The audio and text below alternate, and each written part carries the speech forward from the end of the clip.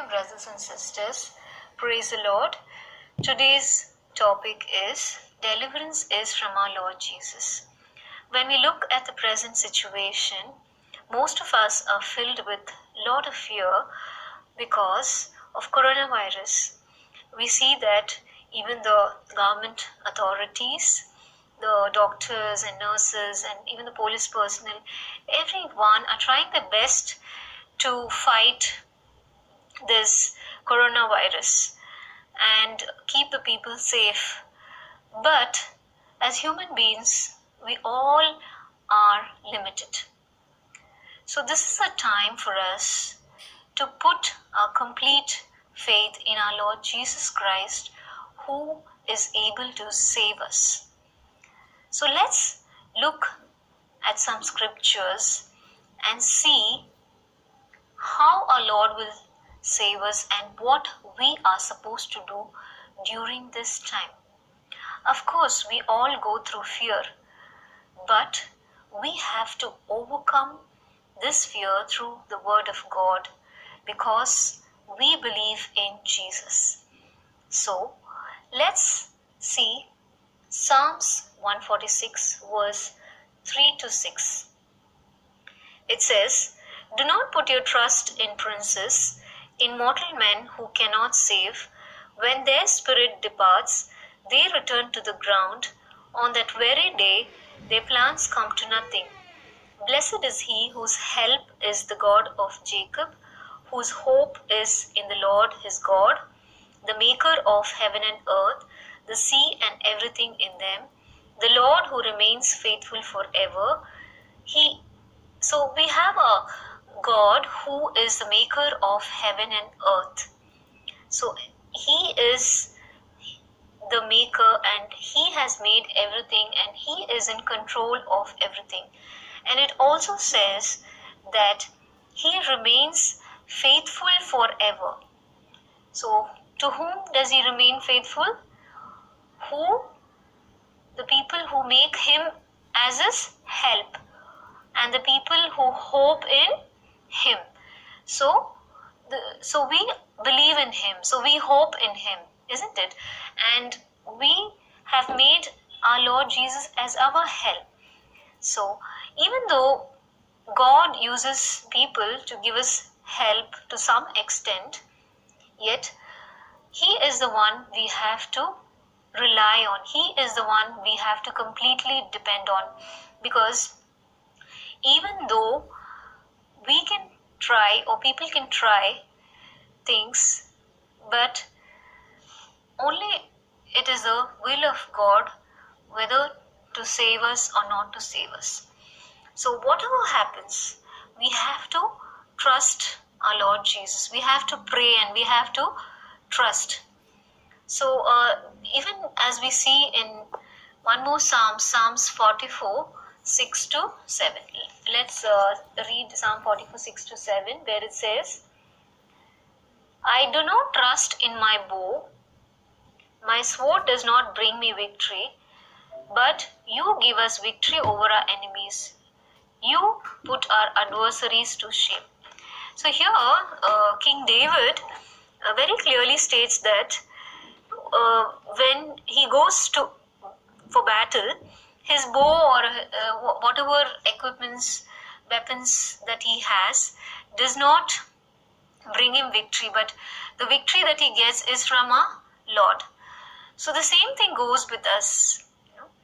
We cannot trust in people, or we cannot trust in the medicines that come for coronavirus, or we cannot trust just because we take precautions that we may not get coronavirus, or we cannot depend.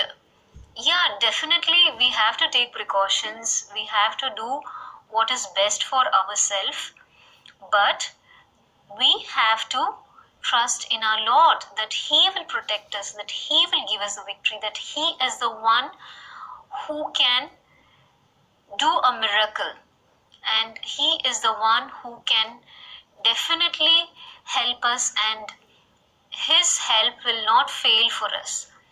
So we have to trust our Lord Jesus during this time. Our faith needs to be strong. We should not fear, and we should not stop praying.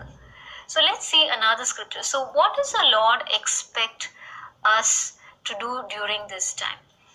Let's read Psalms 96. It says, "Sing to the Lord a new song. Sing to the Lord all the earth.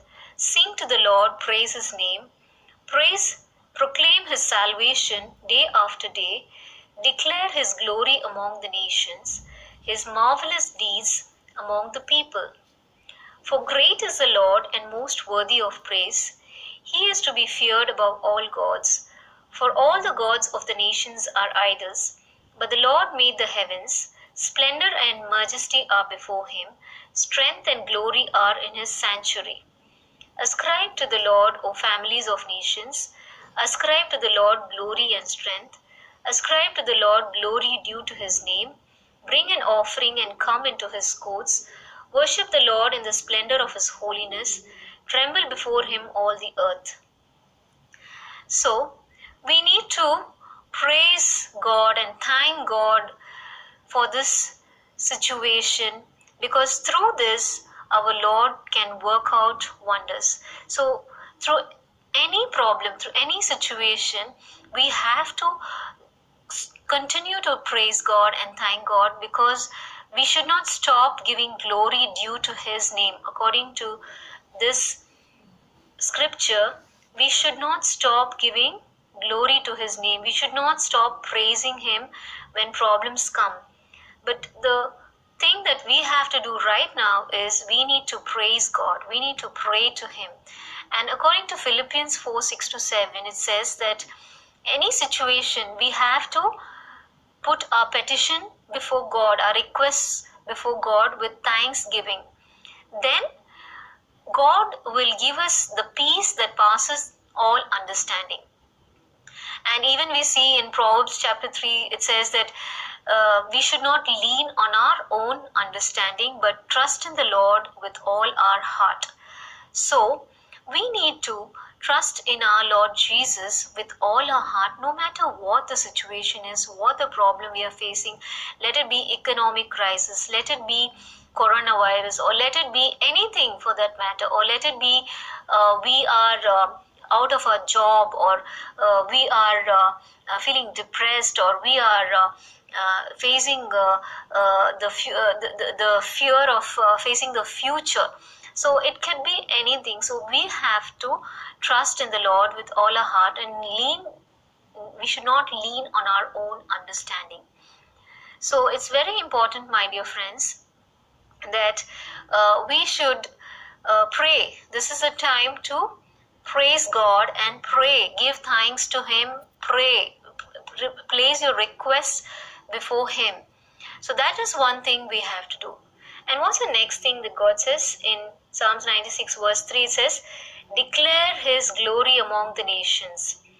And in 2 it says, "Proclaim his salvation day after day." So it's our responsibility as believers of Jesus Christ to tell about our Lord Jesus to the people who don't know, because our God has done great miracles and wonders in our life. So this is a time for us to share our testimony. So the second thing what we have to do is to share our testimony about Lord Jesus, to tell others about the salvation, the free gift of salvation that is available, that he has given us, and it is available for them also. So we need to proclaim about his salvation to others. We should not keep quiet. We should tell about the gospel to others, because it's the gospel of love and everyone should be saved. So if the Lord has allowed this situation, it is for a good reason, so that we can pray more, we can proclaim about his salvation. And what else we need to do?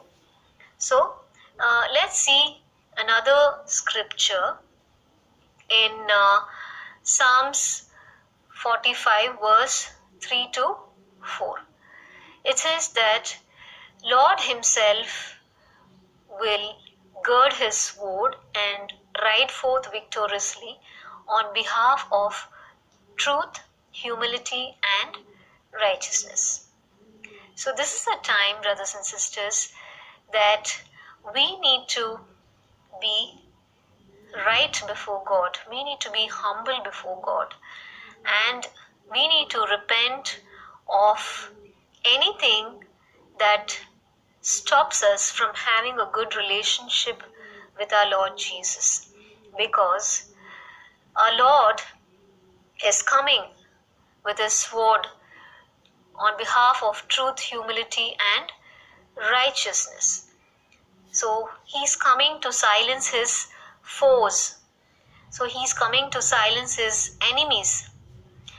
And we see that our Lord is a Lord who fights against injustice. We see in Psalms 146, it says that in verse 7, it says, He upholds the cause of the oppressed and gives food to the hungry. The Lord sets prisoners free. So this is what the Lord does.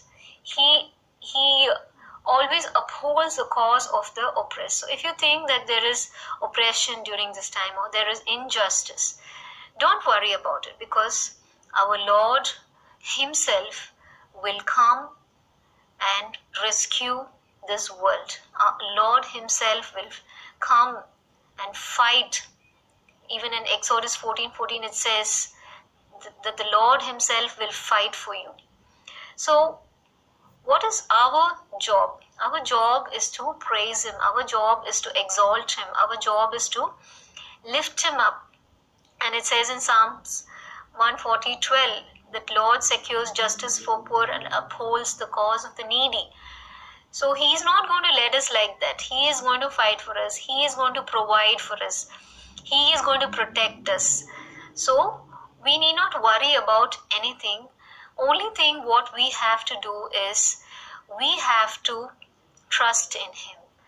We have to trust in the Lord, and we have to praise and thank him, placing whatever requests we have before him. So when we do that, we get the peace in our hearts, peace of God in our hearts. And thirdly, we have to proclaim the gospel to the nations, to the people around us. And fourthly, we have to repent and get our hearts right before God. So it's very important for us to be humble. It's very important for us to get our hearts right before God, because that's what our Lord expects. Because our Lord will give grace to whom? Our Lord will give grace to the humble. As it says in James chapter 4 verse 6, but he gives us more grace. This is why the scripture says God opposes the proud but gives grace to the humble. So our Lord Jesus loves us, and definitely when we are humble, he will give us grace. He will give us grace to overcome this present situation. He will give us grace to have enough during this present situation. He will provide all our needs, and he will give us grace to take care of our family, our friends, our loved ones, and those who are in need. He will give us grace for anything what we want. So only these things that we are required to do. So this is what we have to just do and not worry about anything. Because in Matthew chapter 6 verse 32, 33, the Lord says, do not worry about anything, because God knows what we require. Our Heavenly Father knows what we need. So he will provide, he will take care of everything. So we need not worry about anything, but we just need to trust God, and we need to do what he expects us to do. So once we are doing what he wants us to do, and once we please him, He will take care of everything. Just as it says in Psalms 96. Let's read Psalms 96, verses 10 to 13. Say among the nations, the Lord reigns. The world is firmly established, it cannot be moved. He will judge the peoples with equity. Let the heavens rejoice, let the earth be glad, let the sea resound, and all is that in it. Let the fields be jubilant and everything in them. Then all the trees of the forest will sing for joy. They will sing before the Lord, for he comes to judge the earth. He will judge the world in righteousness and the people in his truth. So, with what the Lord will judge us? He will judge us with the truth. So where is the truth found? It is found in the Bible, and he will judge us with his righteousness. So our Lord reigns. So he rules. So we need not worry because our King reigns and he rules. So what should we do? So it's also a responsibility to read the Bible and obey the word of God, because it's so important for us, as it says in Isaiah 55:6. Seek the Lord while he may be found. Call on him while he is near. So we have to seek the Lord when he is found. There is a time when grace is going to get over. The grace period is going to get over. So then by that time we have to seek the Lord, we have to repent, and we have to become what God wants us to become. God wants us to become his children. God wants us to live a life which is holy and righteous.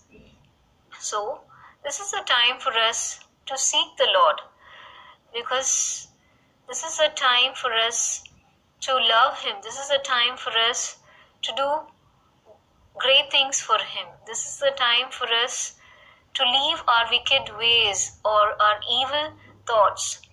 See, it says in Isaiah 55:7, let the wicked forsake his way, and the evil man his thoughts. Let him turn to the Lord, and he will have mercy on him, and to our God, for he will freely pardon. So our God will pardon us. He just wants us to be humble. He just wants us to turn from our wicked ways, our wicked thoughts. And it also says that in verse 8, for my thoughts are not your thoughts, neither your ways my ways, declares the Lord. So our thoughts and his thoughts are not the same.